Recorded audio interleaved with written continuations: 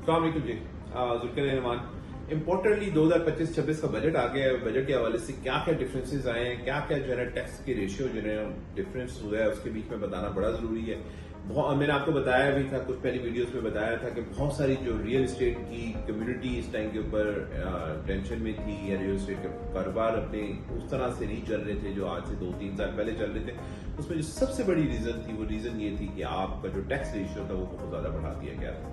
Tax rates बढ़ाने की वजह से आपकी बाइंग सेलिंग रुक गई थी, लेकिन इस चीज को जो है अकाउंट फॉर किया गया है इस बजट के बीच में। We were not expecting this kind of budget, but अल्हम्दुलिल्लाह एक अच्छा बजट आया है रियल एस्टेट के लिए। एटलीस्ट रियल एस्टेट के बीच में बहुत सारे टैक्सेस को कम कर दिया गया है, जिसकी वजह से हम ये देख रहे हैं कि आने वाले वक्तों में बाइंग सेलिंग बहुत ज्यादा दोबारा स्टार्ट हो जाएगी। उसकी मेजर रीजन ये थी कि काफी अरसे से बाइंग सेलिंग टैक्सेस की ज्यादा होने की वजह से रुकी हुई थी। अब टैक्सेस में जो सबसे मेजर चीज आई है वो ये आई है कि आपका विदहोल्डिंग टैक्स है, विदहोल्डिंग टैक्स को 4% से रिड्यूस करके 2.5% कर दिया गया है। दूसरी स्लैब के बीच में उसको 3% से कम करके जो है वो 1.5% कर दिया गया, विच मीन तकरीबन आधे कर दिए गए आपका विदहोल्डिंग टैक्स। ठीक है ना, तो ये एक इम्पैक्ट जरूर लेकर आएगा आपके जो रियल एस्टेट सेक्टर के ऊपर। देन आपका सेकंड जो चीज है, ये 3 किस्म के टैक्सेस थे जो लोगों को देने पड़ रहे थे, उनमें से एक विदहोल्डिंग टैक्स था, उसको भी हाफ कर दिया गया है। सबसे इंपॉर्टेंट चीज federal excise duty. Federal excise duty को 7% से उठा के सीधा 1% के ऊपर लेकर आ गए, जो सबसे ज्यादा एक इस टाइम के ऊपर जनरल इशू बना हुआ था कि 7% फेडरल एक्साइज ड्यूटी, इतनी बड़ी अमाउंट किसी भी चीज के ऊपर 1 करोड़ के ऊपर 7 लाख रुपए की जो फेडरल एक्साइज ड्यूटी देनी पड़ती थी, अब वो कम होकर 1 लाख रुपए के ऊपर आ गई है। प्लस इसके बाद जो तीसरा टैक्स था, जिसको जो है स्टाम्प पेपर टैक्स कहा जाता है, हमारे यहाँ स्टाम्प पेपर साथ लगाए जाते थे, अटैच किए जाते थे, वो सबसे कम किया गया है। उसको भी उन्होंने पहले जो 4% के आपको स्टाम्प पेपर लगाने पड़ते थे, अब आपको टोटल 1% के स्टाम्प पेपर लगाने पड़ेंगे, विच मीन्स कि 1 करोड़ के ऊपर आपको जहां 4 लाख रुपए के स्टाम्प पेपर लगाने पड़ते थे, अब 1 लाख रुपए का टोटल स्टाम्प पेपर लगाना पड़ेगा।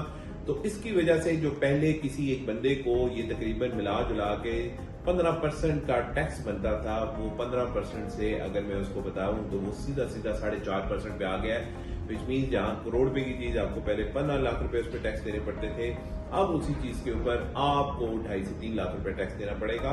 तो ये एक बेहतरीन चीज है, बेहतरीन जो है ना स्टेप है towards the real estate sector, जहां पे रियल एस्टेट में बहुत सारे कारोबार इस वजह से रुके थे, लोग बाइंग सेलिंग नहीं कर पा रहे थे कि टैक्सेस रेट्स इतने ज्यादा बढ़ गए थे कि इतना टैक्स जो है ना किसी इंसान नॉर्मल इंसान के लिए देना बहुत मुश्किल होता था। आप खुद सोचेंगे 1 करोड़ रुपए की चीज जब आप लेने जा रहे हैं और टैक्सेस मिला के वो 1 करोड़ 15 लाख रुपए की आपको पड़ी होती थी, तो उसकी मार्केट वैल्यू जो है ना उतनी नहीं होती थी। लोग परेशान होते थे कि मैं इतनी महंगी चीज क्यों लूं। ठीक है, तो ये एक चीज बहुत जबरदस्त हुई है कि इसकी वजह से आपके टैक्स रेट कम हो गए हैं। आपको टैक्स कम होने की वजह से आपकी आप देखेंगे आने वाले वक्तों में ये बाइंग सेलिंग दोबारा बहुत ज्यादा ओपन हो जाएगी, और उसकी वजह से जो मार्केट रुकी हुई थी और मार्केट में जो इन्वेस्टमेंट रुक गई थी, वो इन्वेस्टमेंट दोबारा स्टार्ट हो जाएगी। तो बेस्ट टाइम है आप लोगों ने, ये मेरे ख्याल में कुछ दिनों के बीच में it will be the part of this जो बजट के बाद से फौरन ये इसको इम्प्लीमेंट हो जाएगा अगले 15 से 20 दिनों में, और 15 से 20 दिनों में इम्प्लीमेंट होने के बाद आप देखेंगे कि इसके बीच में जितना भी ये टैक्स का